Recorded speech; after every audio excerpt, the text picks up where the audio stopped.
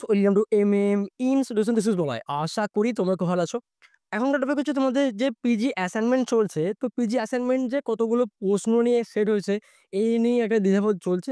Already একটা video বানিয়েওছিলাম, যেটা আমাকে প্রাইভেট করতে বাধ্য হয়েছি, কারণ ওটা একটা রং ইনফরমেশন ছিল। অ্যাকচুয়ালি তোমাদের ২৮ টা প্রশ্ন নিয়ে একটা সেট হয়েছে, বা কেউ যদি বলে ২০ খানা প্রশ্নের একটা সেট, আর বাকি ৮ টা নিয়ে দুলমুল সেট, এটাও বলা যেতে পারে। বাট আমি বলব যে ২৮ টা প্রশ্ন নিয়ে কিন্তু একটা সেট কমপ্লিট হচ্ছে, যেটা আগেই হয়েছে, নতুন কিছু নয়, মেজর কোনো চেঞ্জ নয়, বিশাল বড় কোনো পরিবর্তন নয়।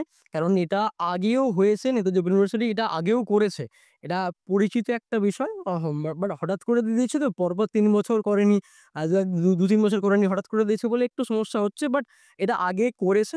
তো ওটা ২৮ টা প্রশ্ন নিয়ে একটাই সেট হয়েছে, যে তুমি যদি নিজে থেকে একা অ্যাসাইনমেন্ট এক্সাম দাও, তো তোমার হাতে অবশ্যই ২৮ টা সঠিক প্রশ্নের উত্তর তোমার হাতে চাই। যদি সঠিক ২৮ টা প্রশ্নের উত্তর তোমার হাতে থাকে, তবেই তুমি একটা অ্যাসাইনমেন্ট ২০ নাম্বার, যে ২০ খানা প্রশ্নের উত্তর তুমি দিতে পারবে।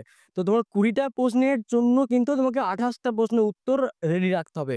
তো ২৮ টা প্রশ্নের উত্তর পেলে তবেই তুমি উম কো কমপ্লিট করতে পারবে। তো আমার আগেও বক্তব্য, যে কোয়েশ্চেন ব্যাংকটা থেকেই ম্যাক্সিমামটা চলে আসছে। তো ওটাই বলব যে ওটা সাথে রেখো যদি নিজে এক্সাম দাও। আর বাকি যেখান থেকে নোট নাও না কেন, বা ডিরেক্ট কোনো হেল্প না কেন, কোনো ভিডিওর হেল্প নাও কেন, সমস্তটাই দেখে নিও ২৮ টা প্রশ্নের উত্তর আছে কিনা।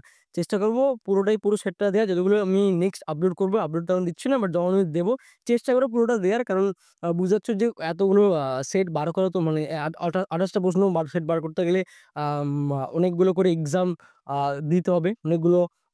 অনেকের এক্সাম দিতে হবে, তবে একটা ভালো পুরো সেটটা আসবে। তো এটা একটা ডিফিকাল্ট টপিক। চেষ্টা করব আমাদের তরফ থেকে যতটা বেস্ট দেওয়ার চেষ্টা করব।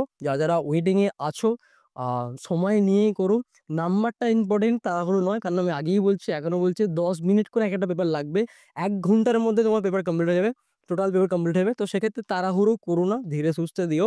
আর সমস্তটা কারেক্ট করে, রেকটিফাই করে পুরোটা ১০০ নম্বর পেতে পারো, সেরকম কনফিডেন্স নিয়ে তারপরে অ্যাসাইনমেন্ট দাও।